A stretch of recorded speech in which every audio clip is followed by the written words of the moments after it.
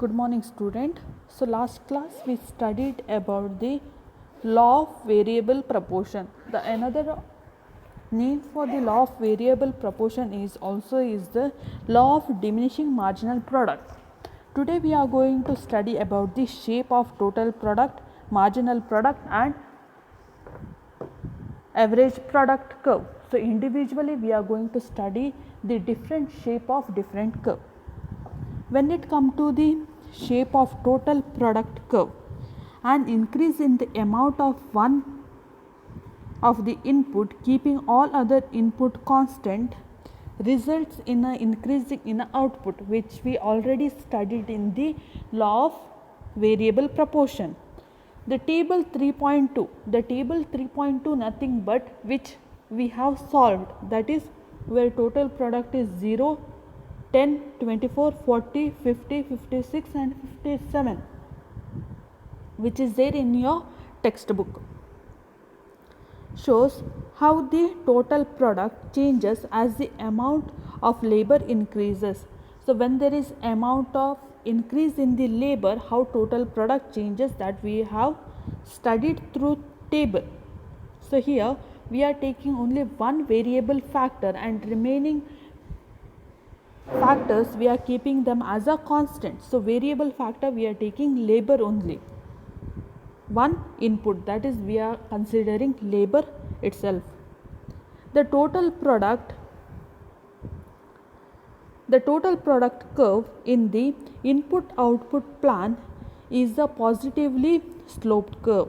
Positively sloped curve means there is increasing in a increasing format, increasing in a decreasing format and negative slope is there, but throughout the total product is goes on increasing. So we will call it as a positive curve. Why positive curve? Because if you consider the old table which we have solved by equation, till the sixth labor it is positive only, nowhere it is becoming negative. That's why here they mention as a positive slope. So that is shown in the shape of the total product curve for the typical firm. Typical firm means a working firm, it is shown. So we measured. So next we will measure. How we will measure? We will measure unit of labor along the horizontal axis and output along the vertical axis. So output, and we are going to study about the labor with L unit of labor. L means the labor. So TPL, total product of the labor. The firm at the most produce Q1 unit of output. Q1 unit of output means that is the maximum output which it can produce, that we can say it as a Q1. So if you take a 3.2 table which I have given you for the assignment, if you see that table, on the sixth labor it is producing 57 unit of commodity, that is the maximum. According to the law of variable proportion, the marginal product of an input initially rises and then after a certain level of employment is start falling. So certain point it will goes on increasing, it will reaches its maximum, then it will start to decline. Example, you are in the production industry, so you purchase one machine. So when it is the first year, the machine is working efficiently, that time you are using only one labor, but the efficiency of the machine was greater because it was a new one. As the year passed, after 2 years you increase the amount of labor, but what happened to the production?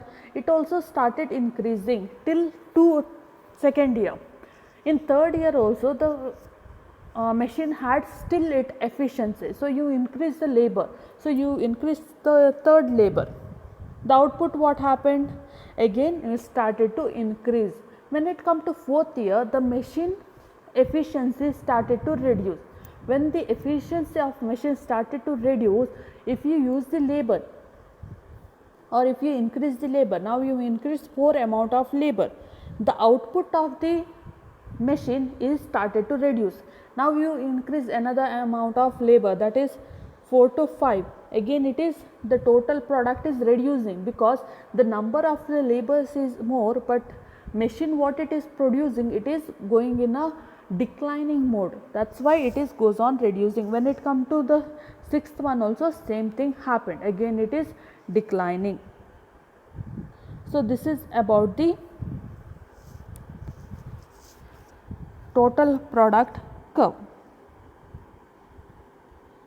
So if you use more amount of employee also, it is not able to increase your product. So the marginal product curve therefore look like inverse U-shape curve.